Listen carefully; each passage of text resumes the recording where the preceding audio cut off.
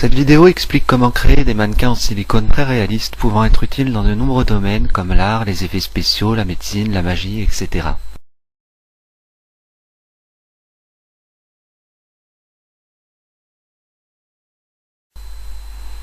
Se procurer un mannequin de vitrine réaliste en position debout, avec les bras orientés vers le bas et sans toucher le corps.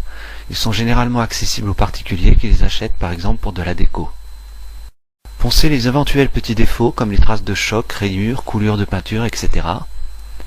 Améliorer éventuellement certains détails par gravure comme les lignes de la main par exemple.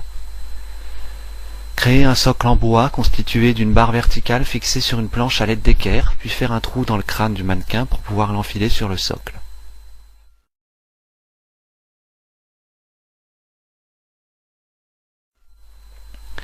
Laver le mannequin au produit à vaisselle pour le dégraisser, rincer, essuyer. Boucher les éventuels trous et numéros gravés avec de la pâte époxy, du milliput par exemple. Ce travail à l'eau en mouillant abondamment, laisser sécher 24 heures puis poncer. Coller les différentes parties du mannequin de vitrine avec de la super glue 3. Camoufler les creux de séparation des différentes parties avec du milliput, ce qui va en même temps renforcer le collage.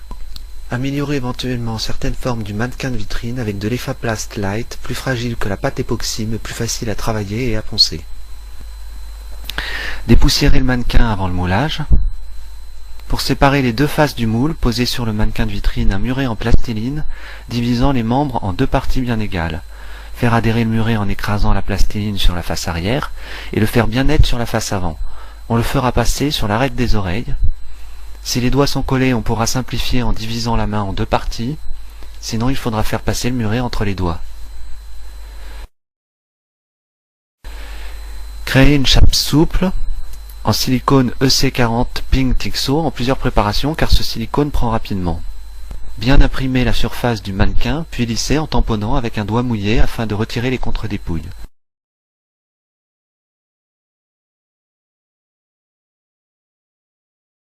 Créer 2 ou 3 couches superposées afin d'augmenter l'épaisseur de la chape en silicone. Il faut ensuite créer une chape rigide en plusieurs pièces. Pour séparer la première pièce des prochaines, poser un muret en terre. Préparer de la résine acrylique, par exemple du plasticrete, en ajoutant la partie poudre à la partie liquide jusqu'à obtenir une consistance suffisamment pâteuse pour adhérer sur la chape en silicone. Puis appliquer une couche au pinceau brosse, y compris sur le muret en terre. Ajouter 2 ou 3 couches de résine en laissant prendre 30 minutes entre chaque. Puis faire une couche avec des morceaux de vérane.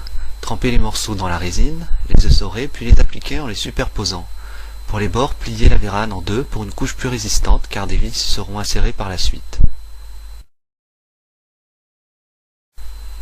La résine acrylique se nettoie à l'eau avant la prise, au-dessus d'une bassine pour ne pas boucher l'évier. Laisser sécher le muret en terre, puis le retirer. Créer le muret en terre pour séparer la deuxième pièce des suivantes. Passer une couche de graisse de vaseline sur le muret de la première pièce pour servir d'agent de démoulage. Puis créer la deuxième pièce et toutes les autres pièces sur le même principe pour créer toute la face avant de la chape rigide. Retirer le muret en plastiline. Appliquer de la graisse de vaseline sur le silicone afin de servir d'agent de démoulage.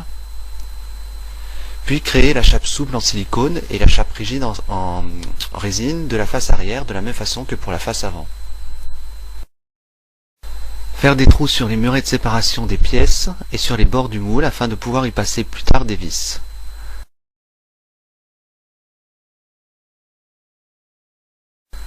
Scier les bords des murets en résine et de la chape pour dessouder les pièces et avoir des bords bien nets.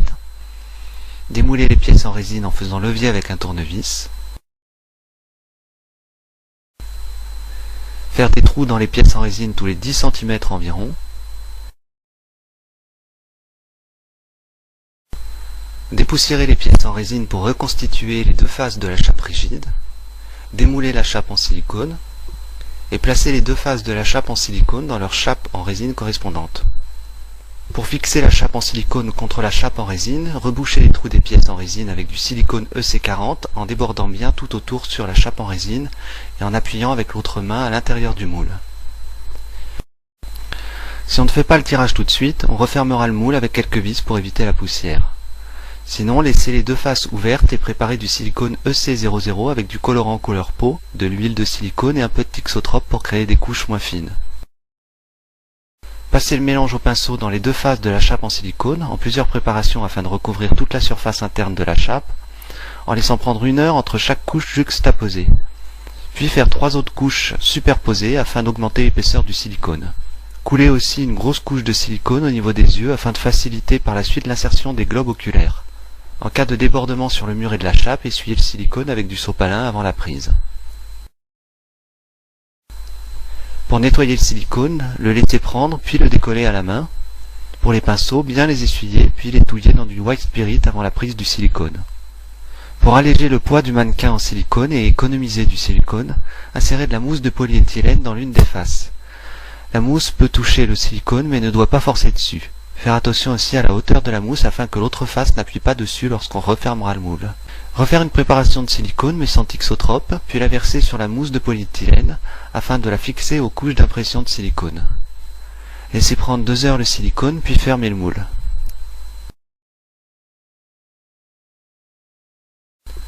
Mettre le moule debout sur un objet souple, comme un coussin par exemple.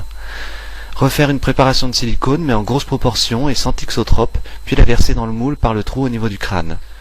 Pendant une vingtaine de minutes, inclinez le moule dans différentes positions pour aider les bulles d'air prisonnières à remonter à la surface, puis refaire des préparations de silicone jusqu'à remplir totalement le moule. Coupez avec un cutter les supports de maintien de la chape souple dans la chape rigide. Démoulez la chape rigide. Démoulez la chape en silicone en commençant par détacher les bords. Laissez le silicone se détacher très progressivement et sans trop tordre la chape pour ne pas la déformer. Remettre les faces de la chape en silicone dans leurs faces de chape rigide respectives et reconstituer les supports de maintien de la chape souple dans la chape rigide. Un prochain tirage. Si le mannequin en silicone a été créé en plusieurs parties, collez les différentes parties avec de la colle CAF 3. Massez le mannequin avec du talc pour créer une douceur de peau, pouvoir l'habiller plus facilement et faciliter l'application de la poudre de maquillage. Appliquez du blush avec un pinceau. Pour la couleur des lèvres, utilisez un coton-tige. Coupez les cheveux en silicone et la trace de la barre du socle avec un cutter ou une paire de ciseaux.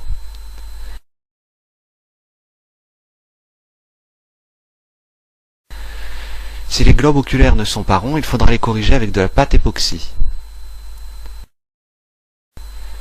Creusez les orbites oculaires à la taille des globes en insérant le globe régulièrement pour vérifier l'avancée du travail, en ayant enduit au préalable le globe d'huile de silicone pour qu'il ne déchire pas la paupière. L'orbite est prête quand le globe ne déforme plus la paupière. Collez les globes avec de la colle CAF 3, puis laissez sécher 12 heures la colle. Rapprochez les globes des paupières ou modifiez l'expression du regard avec de la CAF 3. Appliquez un peu de colle CAF 3 sur le bord de la paupière, puis posez une bande de cils.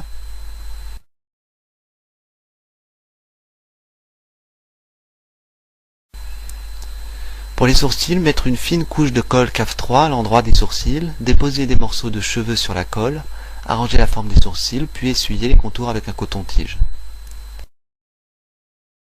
Pour les ongles, appliquez une poudre de maquillage brillante rosâtre.